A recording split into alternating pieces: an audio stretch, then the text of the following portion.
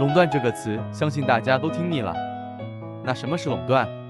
垄断是一种市场结构，其中单个卖方或生产者在行业或部门中占据主导地位。在自由市场中，垄断是被排斥的，因为它们扼杀了竞争，并限制了消费者可获得的替代品。在市场中，销售收入大于成本，利润也就产生了。当利润在各个行业中表现得足够诱人，就会有更多的企业进入这个行业，而更多的企业带来了更多的商品数量，价格和利润也就自然降低。而这时出售一件商品仍旧有足够的利润，新的企业还有入场的机会。当利润接近零时，企业开始赚不到钱，没有进入行业的企业就会考虑是否进入市场，原本进入行业的企业就会考虑是否退出市场。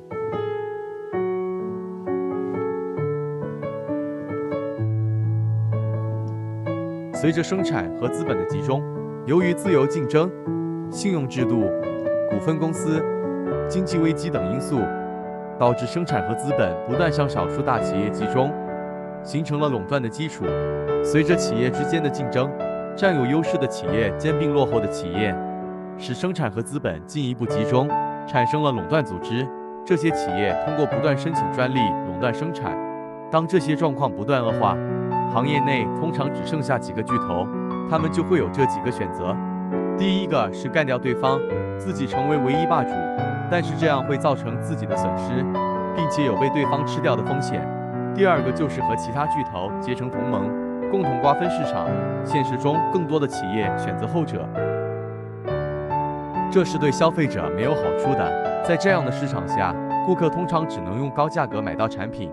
由于市场上没有更多的竞争者，垄断企业通常会变得低效，客户体验也就随之变差。在这些行业中，人们通常会发现自己花了钱也体验不到什么好产品。但垄断并非毫无利处，对于很多科技企业来说，垄断通常意味着企业拥有大量资金，这些资金可以对科研进行大规模投资。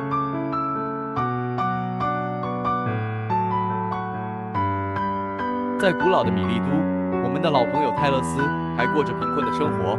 突然有人挖苦他说：“泰勒斯，都说你知识渊博，可是你的那些知识能给你带来什么呢？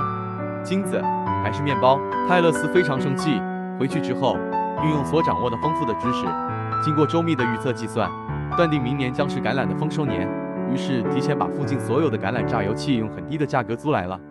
第二年，这里的橄榄果然大丰收，人们对榨油器的需求也急剧增加，可是榨油器却全被泰勒斯垄断，于是许多人都去找泰勒斯，抢着用高价租用他的榨油器。泰勒斯因此赚了一笔，这就是垄断的力量。